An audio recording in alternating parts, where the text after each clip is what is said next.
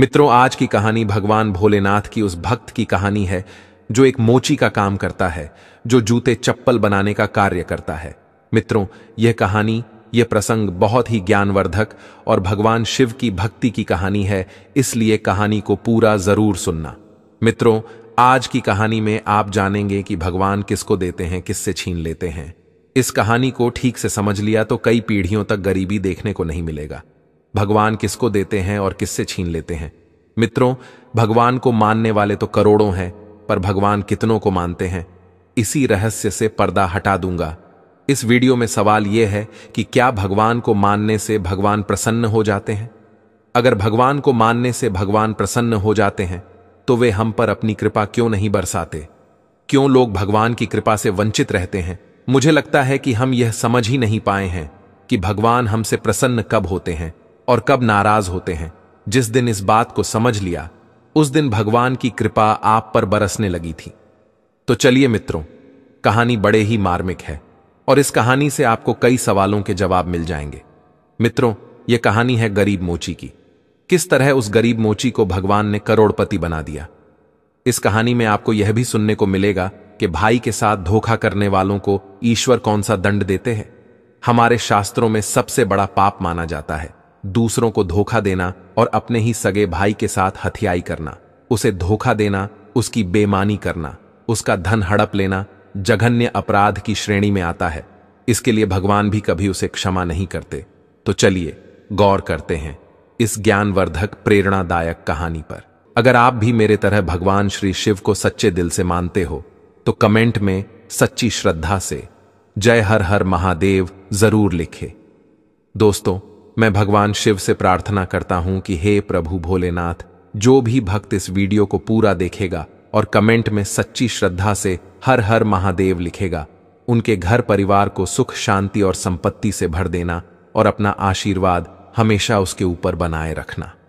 मित्रों, आइए कहानी को शुरू करते। एक समय की बात है, किसी मदनपुर गांव में एक मोची रहता था। मोची बहुत ही गरीब था। 2 वक्त की रोटी मिलना उसके लिए बहुत मुश्किल था। वह मोची लोगों के जूता चप्पल काटने का काम करता था। उसके पास ऐसी कोई अपनी जगह नहीं थी, कोई दुकान नहीं थी जो स्थायी रूप से वहां बैठकर अपना काम कर लेता था। इसीलिए वह कभी चौराहे पर, कभी सड़क के किनारे बैठकर आते जाते लोगों के जूता चप्पल ठीक करता था और उसके काम के बदले में मेन जो पैसे मिलते थे उसी से उसकी जीविका चलती थी। वह मोची बहुत ही संतोषी था, इसी धंधे से अपने जीवन को व्यतीत कर रहा था। मित्रों, एक समय की बात है, सावन का महीना आता है और आप तो जानते ही हैं कि सावन का महीना कितना पवित्र होता है। भगवान महादेव के भक्त सावन में उनके ऊपर जलाभिषेक करते हैं। शिव भक्त कावड़ यात्रा निकालते हैं और गंगा से जल लेकर भगवान शिव को अर्पण करते हैं। मित्रों, रोज की तरह मोची सड़क किनारे बैठकर जूता चप्पल गांठ रहा था। उधर सावन का महीना चल रहा था। बहुत से लोग भगवान भोलेनाथ के भक्त श्रद्धालु कावड़ लेकर भोलेनाथ पर जल चढ़ाने के लिए जा रहे थे। मोची सड़क के किनारे बैठा हुआ लोगों के जूते चप्पल सील रहा था। तब उसने देखा कि भारी भीड़ के साथ लोग कावड़ लेकर भगवान शिव को जल अर्पण करने के लिए मस्ती में चली जा रही है।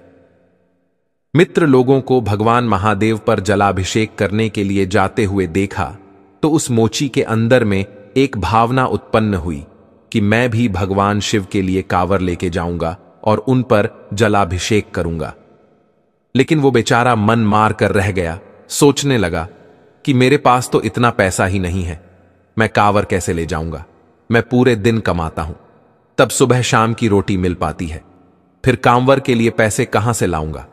पूरे दिन काम करके बस इतना ही कमा पाता हूं वो मोची। यह सब बातें सोचकर मन को मार मार कर रह जाता है। लेकिन भगवान भोलेनाथ के प्रति उसके मन में भक्ति का भाव जागृत हो चुका था। उसने यह फैसला किया कि मैं भगवान भोलेनाथ पर कांवर लेकर जाकर जलाभिषेक जरूर करूंगा, लेकिन अभी नहीं तो अगले साल, जब सावन का महीना फिर से आएगा। दोस्तों, इस तरीका से विचार करने के बाद वो अपने रोज के काम में मस्त रहता है, लेकिन उसे भगवान शिव के प्रति उसके मन में भक्ति बढ़ती चली गई। अब तो वो सुबह शाम भगवान शिव की पूजा करता था और पूरे दिन सड़क किनारे जाकर के लोगों के जूता चप्पल सीलता था। एक दिन की बात है, वो मोची एक दिन कहीं जा रहा था तो रास्ते में उसे कुम्हार की दुकान दिखाई पड़ी। कुम्हार मिट्टी के बर्तनों को बना रहा था। उस मोची की नजर पहुंचती है तो उसने देखा कि वहां पड़े गुल्लक रखी हुई थी जिसमें पैसे भरे जाते हैं। मोची ने जब उस गुल्लक को देखा तो विचार किया कि मैं रोज रोज जो पैसा कमाता है उसमें से 2-4 पैसे बचा बचा कर मैं उस गुल्लक में डालता रहूंगा। इसी तरह से मैं 1 साल में इतना पैसा इस गुल्लक में जमा कर लूंगा कि अगले साल मैं भगवान भोलेनाथ पर कांवर लेकर जल चढ़ाने जा सकूंगा, उन्हें जलाभिषेक कर सकूंगा। मित्रों, मोची उस गुल्लक को कुमार से ले लेता है और गुल्लक लेकर अपने घर पर चला आता है। घर आकर वह अपनी पत्नी से कहता है कि देखिए, हम गुल्लक लेकर आए हैं। पत्नी कहती है, जी इसका क्या करोगे? मोची ने अपने मन की इच्छा अपनी पत्नी को बताई। कहने लगा, फिर ये हम जो रोज पैसा कमाते हैं उसमें से आज से हम पैसा बचाकर इस गुल्लक में डाल दिया करेंगे। धीरे धीरे गुल्लक में 1 साल में कुछ पैसे जमा हो जाएगी। उसके बाद उन पैसों से हमें कांवर तैयार करेंगे और सावन के महीने में भगवान भोलेनाथ पर कांवर जल लेकर चढ़ाने जाएंगे। मेरे मन में भी भगवान भोलेनाथ को कांवर चढ़ाने की इच्छा उत्पन्न हो रही है। मित्रों, मोची की बात सुनकर उसकी पत्नी बड़ी खुश होती है और कहती है, स्वामी, आज अगर ऐसी बात है तो अब से मैं भी आपके इस काम में सहयोग करूंगी। मित्रों, अब तो वह मोची और उसकी पत्नी भगवान भोलेनाथ की पूजा करते हैं। पूरे दिन अपना काम करते हैं। शाम को जो पैसा कमाकर मोची लाता है उसमें से जो पैसे जो बचते थे उसे गुल्लक में डाल देता था। इस तरीका से समय बीतता चला गया और 1 साल के बाद में उसने अपने गुल्लक को भी भर लिया। इधर जब सावन का महीना आ जाता है तो सावन के महीने में हर साल की तरह भगवान शिव के भक्त अपने अपने कावड़ लेकर के जलाभिषेक करने के लिए भगवान शिव के मंदिर की ओर चल पड़ते हैं। इधर मोची ने जैसे ही देखा तो उसने भी सोचा, अब इस सावन में, इस साल में तो मैं जरूर भगवान शिव के ऊपर कांवर में जल चढ़ाऊंगा।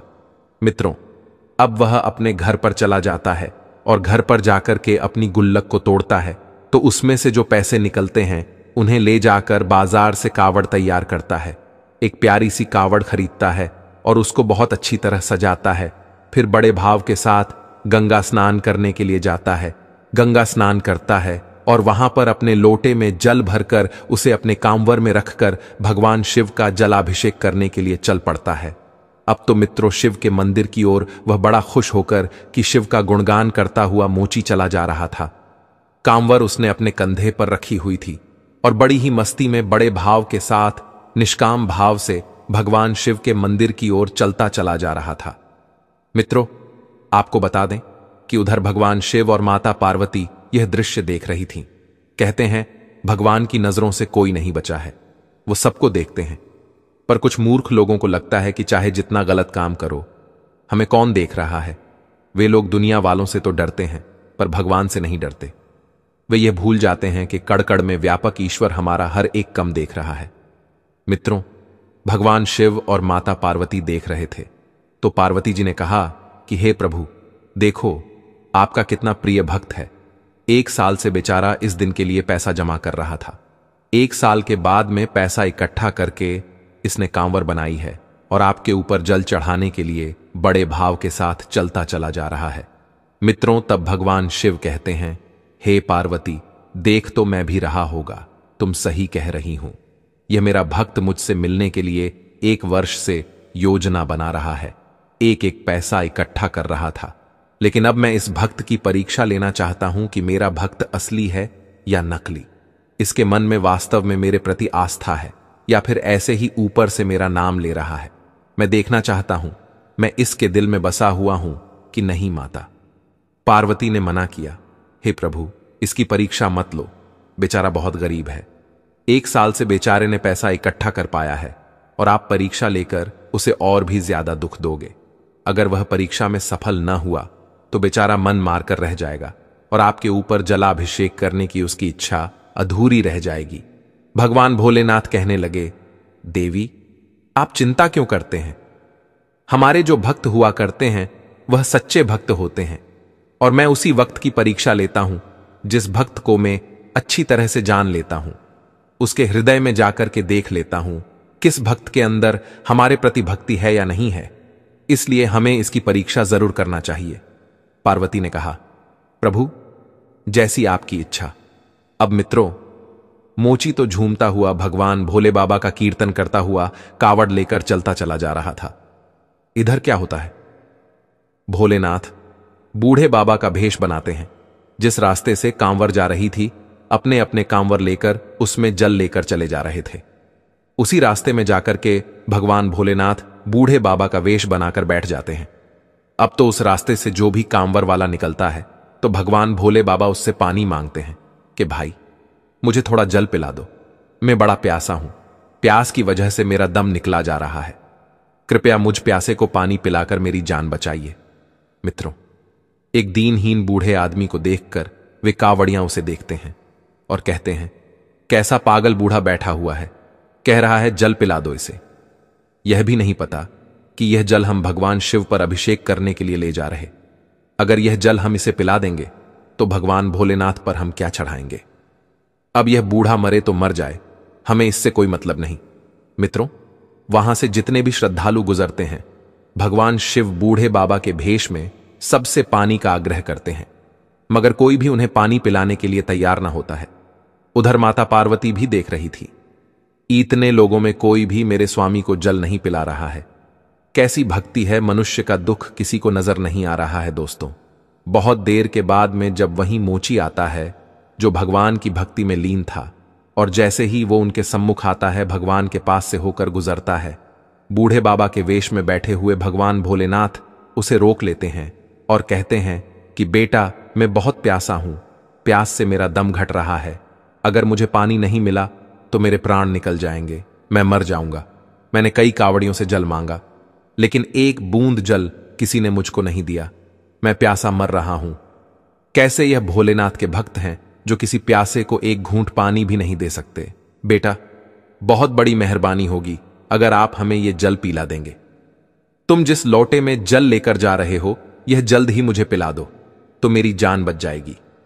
दोस्तों, बूढ़े बाबा की बात सुनकर मोची रुक जाता है और बूढ़े बाबा की ओर बड़े गौर से देखता है। सोचता है, यह बाबा बहुत प्यासा मालूम पड़ रहे हैं, इसलिए जल मांग रहा। जल तो मैं इन्हें पिला दूंगा, लेकिन यह जल मैं भोले बाबा के ऊपर चढ़ाने के लिए ले जा रहा हूं। मैंने 1 साल से पैसे इकट्ठे किए थे, तभी कावड़ सजा पाई है। बड़ी मेहनत की है और बड़ी खुशी से यह कावड़ी एच में जल लेकर मैं जा रहा हूं। 1 साल से मैं इंतजार करता रहा कि कब सावन का महीना आएगा तो मैं भगवान शिव के ऊपर जलाभिषेक करूंगा। 1 साल के बाद मेरा यह सपना पूरा हुआ है। मित्रों, मोची उदास सोच विचार में डूबा हुआ था। इतने में बूढ़े बाबा कहते हैं, बेटा क्या सोच रहे हो? मैं प्यासे मरा जा रहा हूं, जल्दी से पानी पिला दो, नहीं तो मेरी मृत्यु हो जाएगी। बूढ़े बाबा को पानी के लिए गिड़गिड़ाता हुआ देखकर मोची एकदम करुणा से भर जाता है। उसने तुरंत भगवान भोलेनाथ से क्षमा मांगी। कहने लगा, प्रभु मुझे माफ करना, मैं यह कावड़ और जल अगले साल तुम पर चढ़ा दूंगा, फिर से पैसा इकट्ठा करूंगा, फिर से गुल्लक में पैसा जमा करूंगा, और अगले साल जब सावन का महीना आएगा तब मैं यह जल आपको अर्पित करूंगा। यह जल तो मैं बूढ़े बाबा को पिलाएं देता हूं। हे प्रभु, मुझे क्षमा करना, क्योंकि यह बूढ़े बाबा प्यास से व्याकुल होकर के मर रहे हैं और मेरा धर्म है कि मैं पानी पिलाकर इनकी जान बचाऊं। अगर यह जल के बिना मर जाएंगे तो मेरा आपके ऊपर जलाभिषेक करना व्यर्थ हो जाएगा। सर्वप्रथम मेरा धर्म है कि मैं इनकी जान बचाऊं। अगर पानी के बिना यह मर गए तो मुझे भारी पाप लगेगा। मित्रों, यही सोचकर मोची ने जल उन बूढ़े बाबा को पिला दिया। मित्रों, उसे नहीं मालूम था कि यह बूढ़े बाबा ही भगवान भोलेनाथ हैं, लेकिन उसने मानव सेवा की अपना सबसे बड़ा धर्म समझा और उन्हें पानी पिला दिया। उसके बाद जब उनकी प्यास शांत होती है, मोची उन्हें प्रणाम करता है और कहता है कि बाबा, अब मैं अपने घर वापस जा रहा हूं, क्योंकि अब मेरे पास भोले बाबा पर चढ़ाने के लिए जल तो नहीं है। कोई बात नहीं, मैं भगवान को जल अगली बार चढ़ा दूंगा। दोस्तों, यह कहकर के वह मोची जो था वो अपने घर के लिए वापस चलने लगता है। तब भगवान शिव जो बूढ़े बाबा के वेश में थे, उन्होंने उसे रोक लिया और कहा कि बेटा रुक जाओ, तुम अपने घर जा रही हो और घर कभी खाली हाथ नहीं जाते हैं। जब भी आप घर जाएं तो कुछ ना कुछ लेकर जाएं। मैं तुमको कुछ दे रहा हूं, इसे लेके जाइए। मोची सोचने लगा, पता नहीं ये बूढ़े बाबा क्या देंगे। जवाब दिया, ठीक है, जैसी आपकी इच्छा। दोस्तों, भोले बाबा ने बेलपत्र निकाले और उन बेलपत्रों को मोची को दे दिया और कहा कि ये बेलपत्र तुम अपने लोटे में रख लेना और लौटा ले जाना, और शाम के लिए जहां तो पूजा करते हुए उस जगह को लेप करके लौटे को बंद करके रख देना। और दोनों लोग पति पत्नी उठना, पूजा करना, पूजा करने के बाद में यह लोटा खोलकर दिखाना। दोस्तों, भोले बाबा जो थे वो बेलपत्र देने के बाद में वहां से चल देते हैं। कुछ दूर आगे जाकर अंतर्ध्यान हो जाते हैं और मोची जो था वो वहीं से अपने घर वापस आ जाता है। घर जाकर के अपनी पत्नी के लिए सारी हकीकत बताई। पत्नी कहती है, कोई बात नहीं, अगले साल भगवान शिव के लिए जल चढ़ा देना। तब मोची कहता है, प्रिय, जिन बूढ़े बाबा के लिए मैंने जल पिलाया था उन्होंने यह लौटा दिया है। आप इस जगह के लिए भी जहां पूजा करते हैं, उन्होंने कहा कि एक जगह पर लौटा बंद करके रख देना, सुबह पूजा करने के बाद इस लौटे को खोलकर देखना। मित्रों, वहीं हुआ। उसकी पत्नी ने जो जगह ली थी और लौटे को बंद करके उसी जगह पर रख दिया। सवेरा होता है और सुबह जब हुआ तो पति पत्नी जागने के बाद में स्नान ध्यान करते हैं और उसके बाद में पूजा करते हैं। पूरा करने के बाद आया, जब मोची लोटा खोलता है तो लोटे को देखकर हैरान रह जाता है। उसने देखा कि लोटा सोने की मोहरें से भरा हुआ था। मोची ने जब लोटे में सोने की मोहरें देखी तो उसकी आंखों में आंसू आ जाते हैं। वे दोनों पति पत्नी रोने लगते हैं, कहने लगे, प्रभु, यह तो अपार धन है, लगता है भोलेनाथ ने हम पर कृपा की है। मोची अपनी आंखों से आंसू बहाते हुए अपनी पत्नी से कहता है, प्रिय, देख रही होगी, मुझे लगता है कि उन बूढ़े बाबा के भेष में जो भोले बाबा ही थे, मैंने वो जल भोलेनाथ को ही पिलाया था, लेकिन मैं पहचान नहीं सका। धन्य है प्रभु, तुम्हारी लीला, उन्हीं की कृपा से बेलपत्र सोने की मोहरे में बदल गई। मित्रों, अब तो मोची की श्रद्धा भगवान भोलेनाथ में और बढ़ जाती है। सोने की मोहरें देखकर दोनों पति पत्नी बहुत खुश होते हैं और उसके बाद में उन्हें मोहरों को बेचकर मोची एक दुकान खरीदता है और दुकान में अपने जूता चप्पल का काम शुरू कर देता है। धीरे धीरे उसकी दुकान बहुत अच्छी चलने लगी। भोले बाबा की कृपा से धीरे धीरे उसने दुकान से इतनी तरक्की कर ली कि उसने बहुत पैसा कमा लिया। पैसा कमाने के बाद में उसने बहुत अच्छा एक मकान बनाया और बहुत अच्छा मकान बनाकर दोनों पति पत्नी आनंद से उसमें रहने लगते हैं और भगवान भोलेनाथ की भक्ति में डूब जाते हैं, क्योंकि अब उनके पास पैसे की कोई कमी नहीं थी। मित्रों, मोची पैसे वाला तो बन गया, लेकिन उसने भोलेनाथ की भक्ति करना नहीं छोड़ा, क्योंकि मित्रों, कुछ लोग ऐसे हुआ करते हैं। इस दुनिया में अगर भगवान उनके ऊपर कृपा करते हैं और उनके घर में धन दौलत के भंडार भर दें तो लोग भगवान के लिए भूल जाते हैं। लेकिन दोस्तों, उस मोची ने भगवान को भुलाया नहीं और दिन प्रतिदिन भगवान की भक्ति करता रहा। सारी खुशियां भगवान शिव उसके घर में देती रही, सारे भंडार उसके भरते रहे। दोस्तों, इधर उस मोची का एक भाई था, उसके पहले से ही एक दुकान थी। उसकी दुकान बहुत अच्छी चल रही थी। अचानक उसने देखा कि सड़क किनारे बैठकर जो मेरा भाई रोज जूता चप्पल सीलता था, जिसको सुबह शाम की रोटी मिलना भी मुश्किल था, वो आज अचानक से इतना बड़ा सेट बन गया। ये गरीब इतना बड़ा पैसे वाला कैसे बन गया? उसने दुकान भी खरीद ली और उसने एक अच्छा सा घर भी बना लिया। इसके पास तो बहुत पैसा है। अपने भाई की तरक्की देकर उसकी छाती जल जाती है, उसके कलेजे पर सांप लौट जाता है। अपने मोची भाई की तरक्कियों उसे हजम नहीं होती है। अब वह इस बात से दुखी रहने लगा कि देर रात मन ही मन अपने भाई से बैर करने लगा। मित्रों, यह स्वाभाविक है। अगर आपके पास धन अधिक हो जाता है, अच्छी कमाई होने लगती है, तो ऐसा करने वाले भी लोग बढ़ जाते हैं। दोस्तों, इस प्रकार मोची का भाई उससे जलने लगा। वो उसे किसी भी तरह से नीचे गिरा देना चाहता था। उसने क्या किया कि उस मोची के ऊपर चोरी का आरोप लगा दिया और गांव वालों से कह दिया कि इस मोर्चे ने हमारी दुकान से पैसे चुराए, हमारी दुकान से जूते चप्पल चुराकर अपनी दुकान में रख लिए हैं। दोस्तों, गांव वालों ने उससे पूछा कि क्या तुमने चोरी की है? तुमने अपने भाई की दुकान से पैसे चुराए हैं? मित्रों, उसका भाई भी वहीं खड़ा हुआ था। भाई कह रहा था, हां भैया, इसने हमारी दुकान से पैसे चुराए हैं और सामान भी चुराया है, इसलिए इतना बड़ा पैसे वाला बन गया है। मित्रों, अपने भाई की बात सुनकर वह मोची रोने लगता है और कहता है, नहीं नहीं भाई, मैंने तुम्हारा कुछ नहीं चुराया है। यह तो बूढ़े बाबा की कृपा है, उन्होंने ही मेरे लिए सब कुछ दिया है। मित्रों, उसने सारी बात बताई, सारी घटना जो कि त्यों कह सुनाई, लेकिन लोगों को विश्वास नहीं हुआ। लोग कहने लगे कि यह बूढ़े बाबा कौन है। मोर्चे ने जवाब दिया, बूढ़े बाबा अर्थात भोलेनाथ ने हमें सब कुछ दिया है। उसने बताया कि मैं भगवान पर जलाभिषेक करने जा रहा था। रास्ते में प्यासे बूढ़े बाबा मिले। मैंने उन्हें वो जल पीला दिया। उन्होंने मुझे बेलपत्र दिए थे। वो बेलपत्र ही सोने की मोहरे में बन गई। उन्हीं मोहरों को बेचकर मैंने यह सब किया है। मैंने किसी की चोरी नहीं की है। मित्रों, मोची की बात सुनकर सब हंसने लगे और कहने लगे कि ये पागल है भोले बाबा, किसी को देने के लिए स्वयं चलकर नहीं आते। जवाब दिया, नहीं, आप विश्वास करेंगे यह भोले बाबा नहीं, मुझको दिया है। लेकिन दोस्तों, कहते हैं ना, इस दुनिया के लोग बड़े अजीब हैं। जब तक चमत्कार नहीं देख लेती तब तक विश्वास नहीं करते। यही कारण है कि लोगों के पास भगवान भी आ जाएं तो भी नहीं पहचान पाते हैं, क्योंकि उनके ऊपर लोभ के नाम का पर्दा पड़ा हुआ है। लोभ लालच में इतने फंसे हुए हैं, इसीलिए भगवान को पहचान नहीं पाते।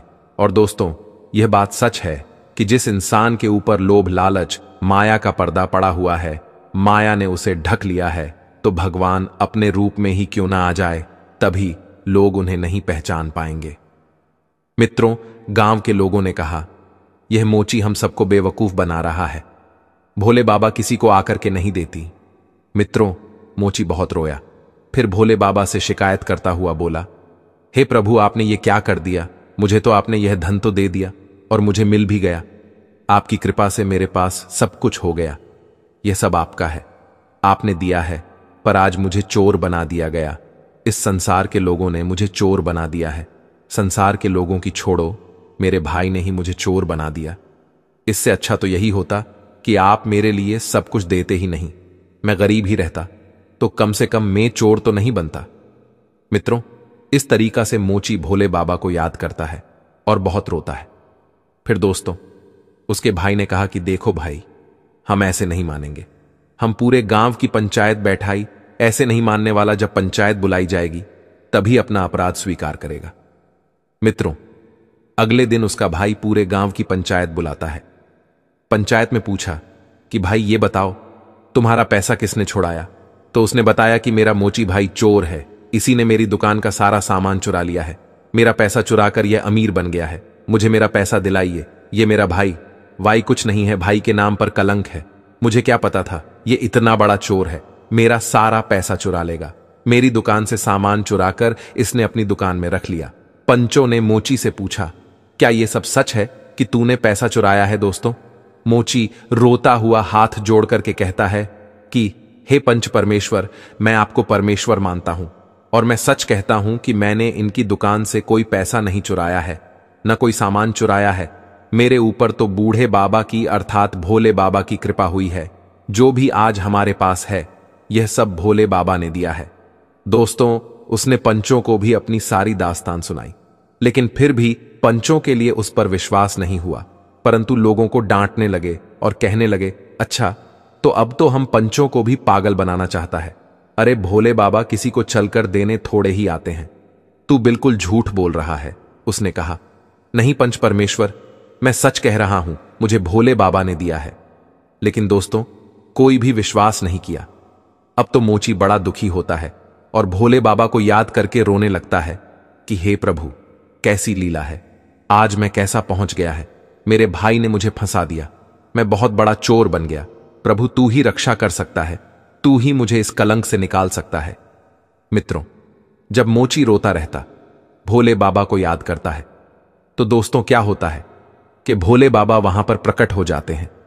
भोले बाबा क्रोधित होते हुए बोले, दुष्ट लोग, तुम मेरे निर्दोष भक्त को क्यों परेशान कर रहे हो? इसमें किसी का कुछ नहीं चुराया है, इसे जो कुछ दिया है मैंने दिया है। मित्रों, जैसा ही भोले बाबा को सबने देखा तो सारे के सारे लोग उनके सामने नतमस्तक हो गए और क्षमा मांगने लगे। प्रभु क्षमा करना। भोले बाबा ने बताया कि उसका भाई बस भाई से जलता है, इसलिए उसने इस पर चोरी का इल्जाम लगाया है। सबसे बड़ा चोर, सबसे बड़ा दुष्ट, सबसे बड़ा स्वार्थी इसका भाई है। जरा सोचो, जब मेरा भक्त गरीब था, सड़क पर जूते चप्पल बेचता था, 2 वक्त की रोटी मिलना इसके लिए मुनासिब नहीं थी, तो उसके भाई ने इतना पैसे वाला होते हुए भी कभी इसकी मदद नहीं की। इसलिए कभी अपने भाई से यह नहीं पूछा कि तुम्हें क्या दुख है, तुम्हें क्या परेशानी है। और जब मैंने उसे दे दिया तो उस पर चोरी का इल्जाम लगा रहा है। सबसे बड़ा दुष्ट इसका भाई है। हमारा भक्त कभी चोर नहीं बन सकता। यह झूठ बोलकर इसको फंसा रहा है। अब मैं तुम सब लोगों को नहीं छोड़ूंगा। मेरे भक्त को परेशान करने की सजा तुमको जरूर मिलेगी। दोस्तों, सारे के सारे लोग भगवान भोले के सामने जमीन पर नतमस्तक होकर गिर पड़े और सब क्षमा मांगने लगे। कहने लगे, प्रभु हमें माफ करना, हम आपकी लीला नहीं समझ पाए। मित्रों, सबने क्षमा मांगा। इसके बाद में भोलेनाथ का क्रोध को शांत होता है। फिर अपने भक्त मोची से कहते हैं, हे पुत्र, हमसे वरदान मांगो, मैं तुमसे बहुत खुश हूं। मित्रों, तब मोची कहता है, हे प्रभु, सबसे पहले तो आप इन सब लोगों को क्षमा कर दो, क्योंकि ये लोग नहीं जानते थे। और यदि आप हमें वरदान ही देना चाहते हो तो मैं आपसे ही वरदान मानता हूं कि आपके चरणों में मेरी भक्ति बनी रहे। जब तक मैं संसार में जीवित रहूं, आपके चरणों में ही भक्ति करता रहा हूं, आपका ही नाम जपता रहूं, हम आपके नाम का गुणगान करता रहा हूं। और जब मेरे प्राण निकले तो आपका नाम लेते ही मेरे प्राण निकले। दोस्तों, अपने भक्त की बात सुनकर कि भगवान उसे भी तथास्तु कहते हैं और वहां से अंतर्ध्यान हो जाते हैं। सारे लोग और उसका भाई उस मोची से माफी मांगते हैं और कहते हैं कि तुम ही सबसे बड़े भक्त हो। हम लोग तो मोहजाल में फंसे हुए हैं, इसलिए हम अच्छाइयों को नहीं पहचान पाते हैं। हम बुराइयों को ही देख पाते हैं और अच्छाई वही लोग देख पाते हैं जो मोह माया से, लोभ लालच से दूर हैं। मित्रों, इस कहानी से हमको यह सीख मिलती है कि भक्ति के अंदर बहुत बड़ी शक्ति हुआ करती है। जिन भक्तों के अंदर भगवान से प्रेम है, निस्वार्थ भाव की सेवा है, उन्हें ही भगवान की कृपा मिलती है। भगवान से मांगने से पहले ही उन्हें उनकी आवश्यकता को समझ लेते हैं। और जिनके अंदर अभिमान है, घमंड है, ऊपर से दिखावा है, समाज के प्रति दया भाव नहीं है, लोग सोचते हैं कि मैं बहुत बड़ा दान कर रहा हूं, यह जताने की भावना है। वे भंडारे का लाभ यह दिखाना चाहते हैं, लेकिन भगवान के प्रति भाव नहीं है, दिल में प्रेम नहीं है। दिखावे की बड़ी से बड़ी सेवा भी बड़ी से बड़ी दौलत भगवान स्वीकार नहीं करते। भगवान उसी से प्रसन्न रहते हैं जो सब जीवों के प्रति दयावान रहता है, जिनके हृदय में जीवों के प्रति कठोरता है, दया की भावना नहीं है। वे रात दिन भगवान के मंदिर में बैठे रहेंगे, फिर भी भगवान उनकी नहीं सुनते। भगवान को प्रसन्न करने का अर्थ है समस्त जीव जंतुओं के प्रति दयावान रहना, किसी भूखे प्यासे, दीन दुखी, रोगी बीमार की सहायता करना।